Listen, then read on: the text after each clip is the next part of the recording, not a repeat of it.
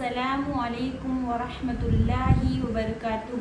قال رسول اللہ صلی اللہ علیہ وسلم من تشبہ بقوم فہو منہم، جو کسی قوم کی مشابہت اختیار کرتا ہے وہ اسی میں سے ہے۔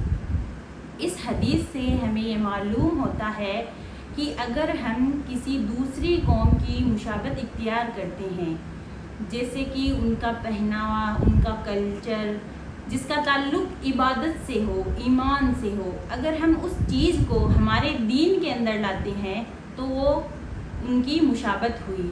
جیسا کہ ایک حدیث سے ہمیں معلوم ہوتا ہے کہ آپ صلی اللہ علیہ وسلم نے ارشاد فرمایا کہ یہودیوں کی مشابہت نہ کرو اور 10 محرم کا روزہ رکھو، ساتھ ہی یا تو 9 کا یا پھر 11 کا ہم اس کے اندر شامل کر لیں۔ جیسے کہ یہودی 10 محرم کا روزہ رکھا کرتے تھے، جب موسیٰ علیہ السلام کو فرعون سے آزادی ملی تو وہ 10 محرم کا روزہ جب یہودیوں کو آپ صلی اللہ علیہ وسلم نے رکھتے ہوئے دیکھا تو آپ صلی اللہ علیہ وسلم نے کہا کہ میری امت کا حق زیادہ ہے، لیکن ساتھ میں ہی ہمیں یہ بتایا کہ ہمیں یہودیوں کی مشابہت نہ کر کے اس کے ساتھ میں ایک روزہ اور ملا لینا ہے، یا تو 9 کا یا پھر 11 کا۔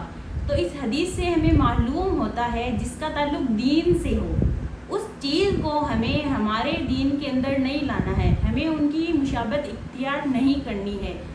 مان لو کوئی یہ بولے کہ بھئی جیسے نان مسلم گاڑی چلاتی ہیں تو کیا ہم گاڑی چلا سکتے ہیں؟ نہیں، ایسا نہیں ہے، کیونکہ گاڑی چلانا، فون چلانا، کچھ کھانا، کچھ پینا، اس کا تعلق دین سے نہیں ہے، تو ہم یہ سب کر سکتے ہیں، اس میں کوئی حرج نہیں ہے۔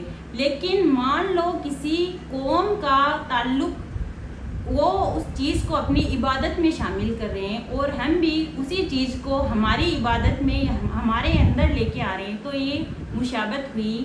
تو ہمیں ان چیزوں سے بچنا چاہیے۔ اللہ تعالیٰ ہمیں ان چیزوں سے بچنے کی توفیق دے۔ السلام علیکم ورحمۃ اللہ وبرکاتہ۔